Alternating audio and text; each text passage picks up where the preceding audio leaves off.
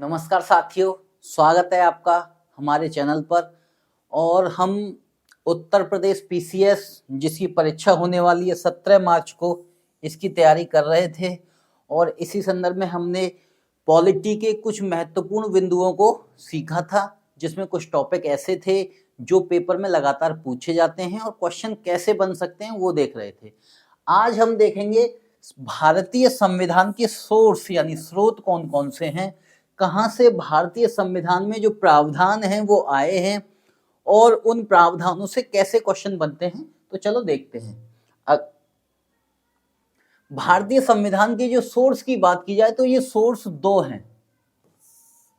पहला सोर्स है कि जो भारत में एग्जिस्ट कर रहा था, यानी कि जब आजादी के समय भारत में जो नियम कानून बने थे उनसे जो प्रावधान लिए गए वो, जिसमें साइमन कमीशन 1927 महत्वपूर्ण है, नेहरू रिपोर्ट 1928 महत्वपूर्ण है और भारत सरकार का एक अधिनियम था, भारत सरकार अधिनियम 1935 सबसे ज्यादा महत्वपूर्ण है।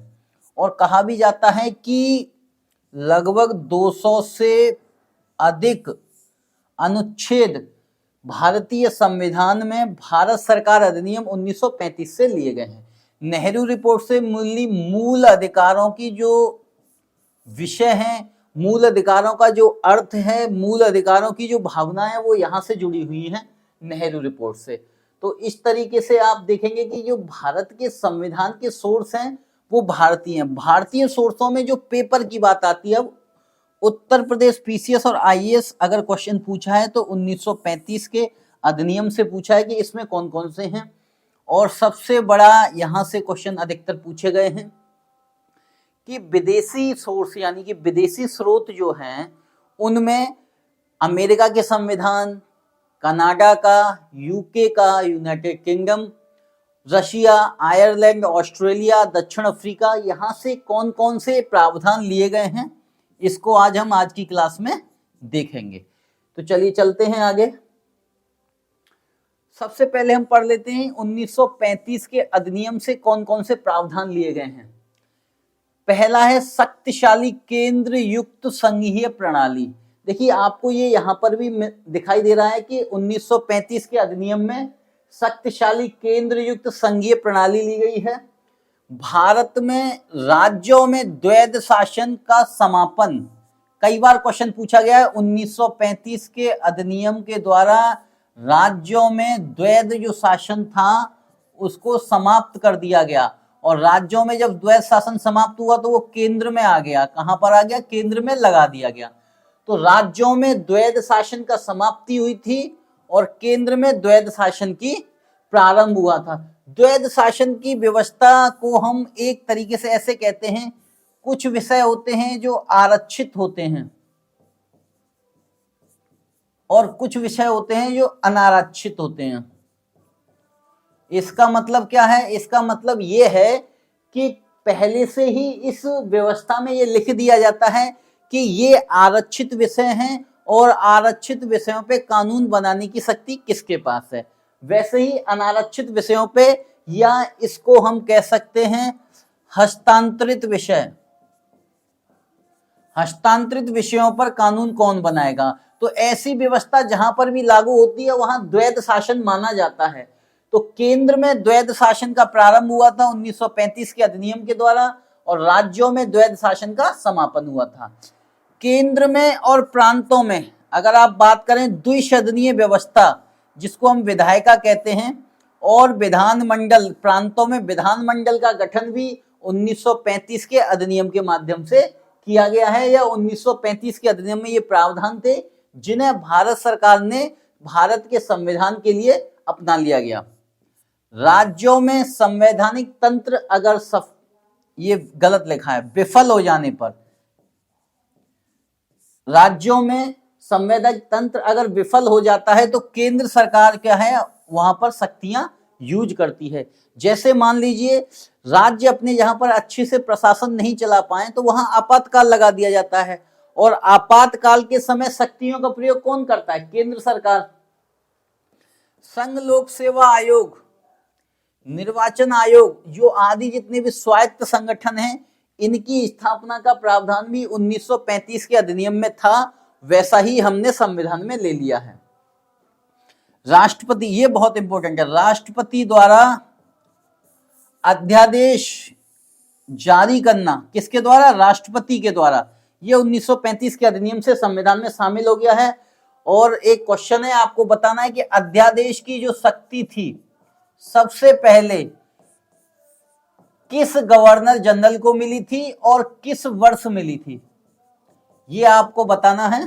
कमेंट में आप बता सकते हैं जो अध्यादेश किस गवर्नर जनरल को सबसे पहले आदेश में मिला था और किस वर्ष मिला था।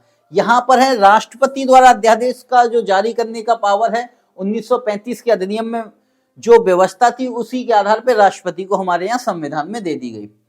राष्ट्रपति द्वारा जो राज्यपाल की नियुक्ति की व्यवस्था है, 1935 के अधिनियम में ऐसी व्यवस्था पहले से थी, जहां पर राष्ट्रपति शब्द नहीं था, उसी जगह कोई और था, लेकिन वैसी ही व्यवस्था की नियुक्ति हमने जो है कहां से की है? 1935 के अधिनियम से। राज्यों के गवर्नर को दी गई शक्तियां, जैसे विवेकाधीन के वो कोई काम करे तो वो अपने दिमाग से सोच ले, व्यक्तिगत निर्णय अगर उसे लेना है तो कोई सोच ले, या फिर उसे कोई मंत्री परिषद के परामर्श के लिए कोई विषय रखना है, तो ये सारे प्रावधान 1935 के अधिनियम में थे जो भारत के संविधान ने ले लिए। केंद्र एवं राज्य, देखो यहां बहुत बड़ा ये क्वेश्चन कई बार पूछा गया है।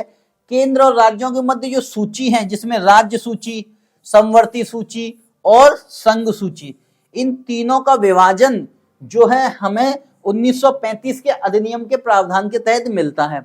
लेकिन जब हम पढ़ते हैं कि ऑस्ट्रेलिया से हमने क्या लिया है? समवर्ती सूची।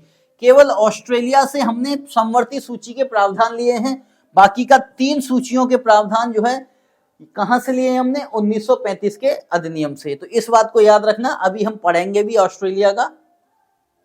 संघीय न्यायपालिका का प्रावधान, इसका मतलब यह है कि केंद्र स्तर पर एक न्यायपालिका होगी जिसे हम सुप्रीम कोर्ट कहते हैं, उसका प्रावधान भी 1935 के अधिनियम के माध्यम से लिया गया है।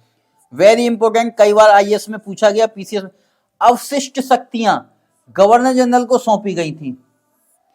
जो 1935 का अधिनियम था, जब भारत जब तक आजाद हुआ था तब तक अवशिष्ट शक्तियां गवर्नर जनरल के पास होती थी। अवशिष्ट शक्तियों का मतलब है ऐसी शक्तियां, ऐसी पावर जिनकी चर्चा कहीं की नहीं गई हो, अगर मान लो वो आ जाए अचानक तो वो कहाँ यूज करेंगे। जैसे अंतरिक्ष के बारे में कोई निर्णय लेना है, अंतरिक्ष पे कोई विधि बनाना है, तो राज्य बनाएगा, केंद्र बनाएगा, कौन बनाएगा? ये हमें अभी हमारे संविधान में नहीं लिखा। तो क्या है? ये अवशिष्ट शक्ति है, यानी कि ऐसी शक्ति जो तत्काल रूप से उत्पन्न हो जाए, वैसी जगह पर वैसे नियम बनाने की पावर 1935 के अधिनियम में गवर्नर जनरल को सौंपी गई थी। और इसी का जो है भारत के संविधान में किसको दे दी गई? ये केंद्र को सौंपी गई। ठीक है ना? तो इस तरीके से याद रखना, ये बहुत कई बार क्वेश्चन पूछा गया। अवशिष्ट शक्तियां गवर्नर जनरल को सौंपी गई थी और बाद में जो है भारत के संविधान में जब इसको लागू किया गया तो अवशिष्ट शक्तियों को केंद्र सरकार या संघीय सरकार को दिया गया। अगला जो विदेशी प्रभाव है, वहां से हमें क्वेश्चन देखना है और सबसे ज्यादा पूछा गया है ब्रिटेन, यूके से हमने बहुत अधिक प्रावधान लिए। उसका रीजन ये था कि ब्रिटेन के लोगों का भारत पे जो है एकाधिकार जो था, आधिपत्य जो था, उस समय उन्होंने वैसी ही व्यवस्था भारत में बनाई थी। तो संसदीय शासन प्रणाली हमने ली है ब्रिटेन से। नागरिकता की बात करें तो हमने ली है ब्रिटेन से। और भारत में नागरिकता कैसी है? एकल नागरिकता है। कैसी है? एकल नागरिकता। तो ये ब्रिटेन से हमने लिया है। विधि का शासन बहुत इंपॉर्टेंट है, कई बार पूछा गया है। जापान और आप इसमें कंफ्यूज रहेंगे। विधि का शासन लिया गया है ब्रिटेन से। कैबिनेट के बारे में अगर कुछ लोग नहीं जानते हो तो समझ लीजिए, जो प्रधानमंत्री होता है, जिसे हम पीएम कह सकते हैं, प्रधानमंत्री प्राइम मिनिस्टर जो होता है, उसके पास कई मंत्री होते हैं। इन मंत्रियों में से कुछ विशेष मंत्री होते हैं या जो बहुत महत्वपूर्ण पद वाले मंत्री होते हैं, इनको चुन के वो अपने पास बिठा लेता है कि भैया ऐसा है, कोई महत्वपूर्ण फैसला लेना होगा तो हम तुमसे पूछ लेंगे, इतने लोगों से ना पूछें। तो यही एक कैबिनेट होती है।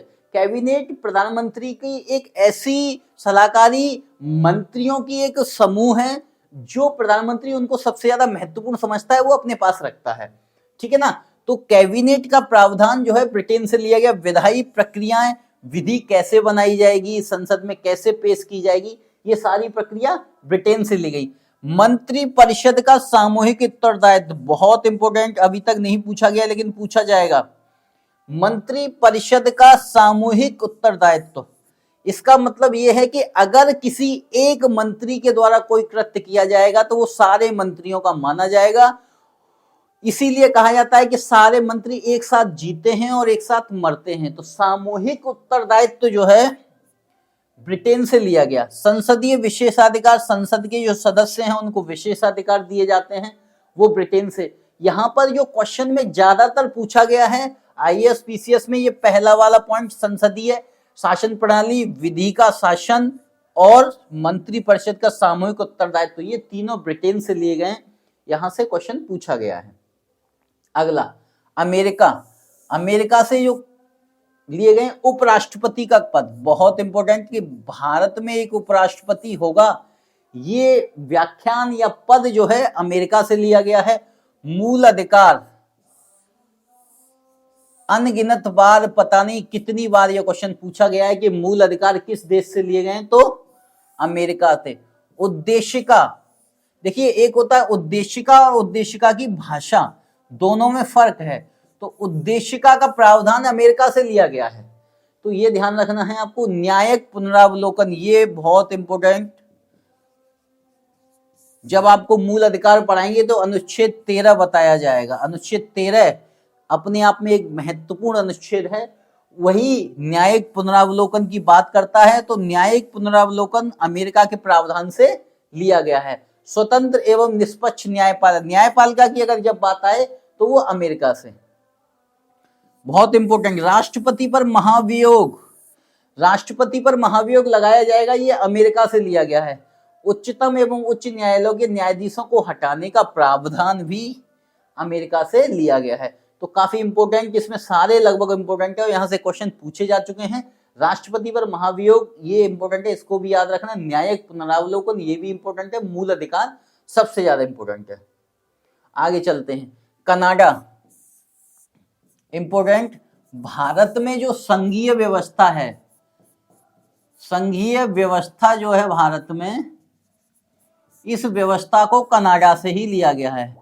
क्यों कनाडा से? क्यों कि मजबूत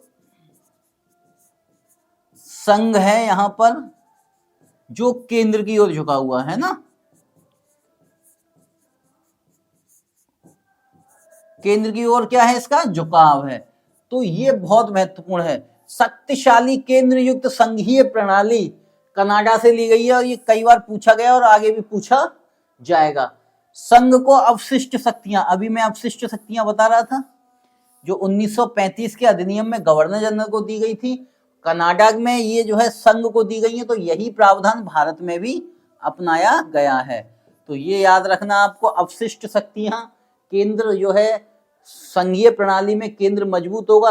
राज्यपाल की नियुक्ति, उपराष्ट्रपति का पद अमेरिका से था, यहां पर राज्यपाल की नियुक्ति, ये वाली चीज भी कनाडा से ली गई है। उच्चतम न्यायालय की परामर्शी क्षेत्राधिकार, ये बहुत इंपॉर्टेंट है। अभी तक हम जब उच्चतम न्यायालय या न्यायपालिका की बात पढ़ रहे तो अमेरिका से था, लेकिन उच्चतम न्यायालय परामर्श दे सकता है राष्ट्रपति को, ये पावर जो है कनाडा से हमने ली है। कनाडा के संविधान में थी, वहां से हमने कॉपी की है।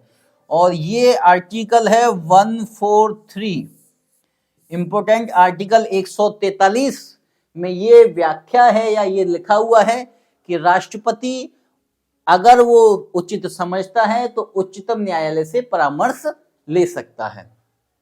ठीक है। आयरलैंड, आयरलैंड से बहुत क्वेश्चन पूछा जाता है। राज्य के नीति निर्देशक सिद्धांत या नीति निर्देशक तत्व कहां से गए?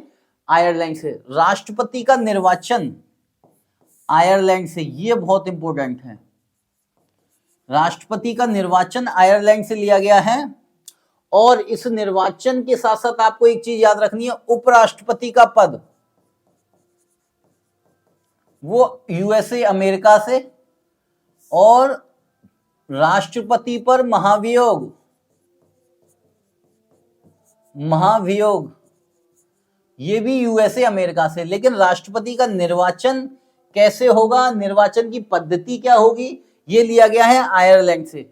और सबसे इंपॉर्टेंट, राज्यसभा में सदस्यों को मनोनीत करना, और राज्यसभा में राष्ट्रपति सदस्यों को मनोनीत करता है। 12 सदस्यों को राज्यसभा में मनोनीत किया जाता है जो साहित्य, कला, विज्ञान और समाज सेवा में क्या है, अपने आप को अच्छा मानते हैं या उनको सरकार अच्छा मानती है, जिनका योगदान साहित्य में हो, कला में हो, विज्ञान में हो या समाज सेवा में हो।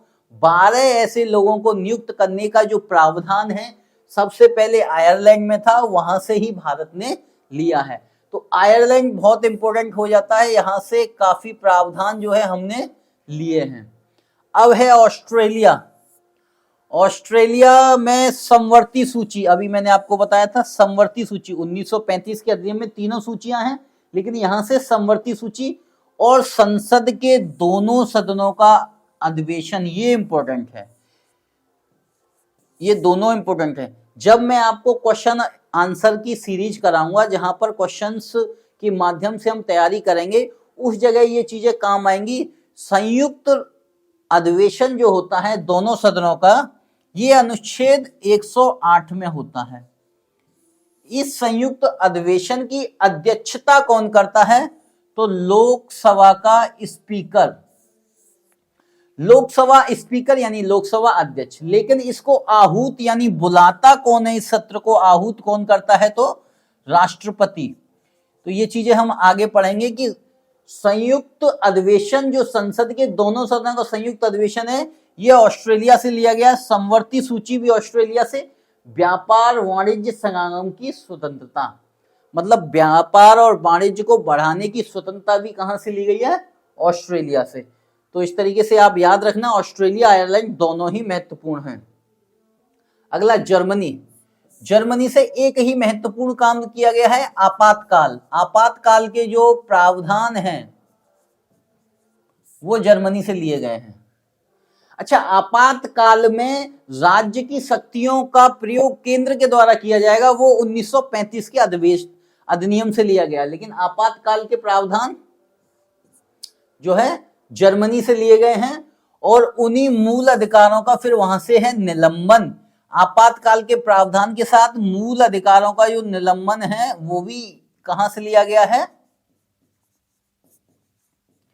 अधिकारों का निलंबन का मतलब मूल अधिकारों को अभी जो है हटाना कह सकते हो। निलंबन का मतलब होता है स्टैंड बाई, खड़े रखना अभी, है ना।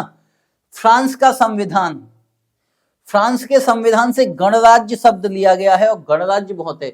उद्देशिका में स्वतंत्रता, आपको मैंने पढ़ाया था कि हमारी जो स्वतंत्रता है, उद्देशिका जब हमने पढ़ा था, विचार, व्यक्ति, है ना, धर्म एवं उपासना की स्वतंत्रता, ये उद्देशिका में जो लिखे हुए हैं वो स्वतंत्रता। समता, समानता हमने दी थी, कौन सी समानता थी, और बंधुता का आदर्श जो है संविधान से लिया गया फ्रांस के, और ये सारे आदर्श जो है फ्रांसीसी क्रांति में थे। तो ये समझ में आया होगा आपको, ठीक है ना।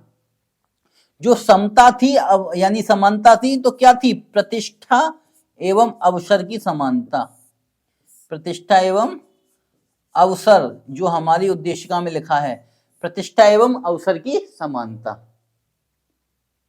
चलिए, दक्षिण अफ्रीका, यहां से एक दो प्रावधान लिया गया जो बहुत ही इंपॉर्टेंट है। संविधान संशोधन की जो प्रक्रिया है वो दक्षिण अफ्रीका से लिया गया है। राज्यसभा में सदस्यों का निर्वाचन और राज्यसभा में सदस्यों को मनोनीत करना, ये दोनों चीजें अलग हैं। तो राज्यसभा में सदस्यों का निर्वाचन जो है दक्षिण अफ्रीका से लिया गया है, और राज्यसभा में 12 सदस्यों को मनोनीत करना, मनोनीत करना, ये जो है आयरलैंड से लिया गया। किससे, आयरलैंड से। तो ये आपको कंफ्यूजन नहीं होना चाहिए। जापान, विधि द्वारा स्थापित प्रक्रिया, अभी हमने यूके में एक चीज पढ़ी थी, विधि की प्रक्रिया और विधि द्वारा स्थापित प्रक्रिया, ये जापान के से ली गई है। तो इसको याद रखना, विधि द्वारा स्थापित प्रक्रिया कहां से ली गई है, जापान। पूर्व सोवियत संघ, यानी इसको अब हम इस समय रूस भी कह सकते हैं, रशिया, यहां से मूल कर्तव्य, बहुत इंपॉर्टेंट, बहुत ही ज्यादा इंपॉर्टेंट, कई बार पूछा गया। मूल कर्तव्य कहां से ले गए? रसिया से। उद्देशिका में सामाजिक, आर्थिक और राजनीतिक न्याय, 3 न्याय की व्यवस्था है हमारे उद्देशिका में, लिखाया था आपको, हम पढ़ाया भी हमने। तो ये सोवियत संघ से यानी रसिया से लिए गए हैं।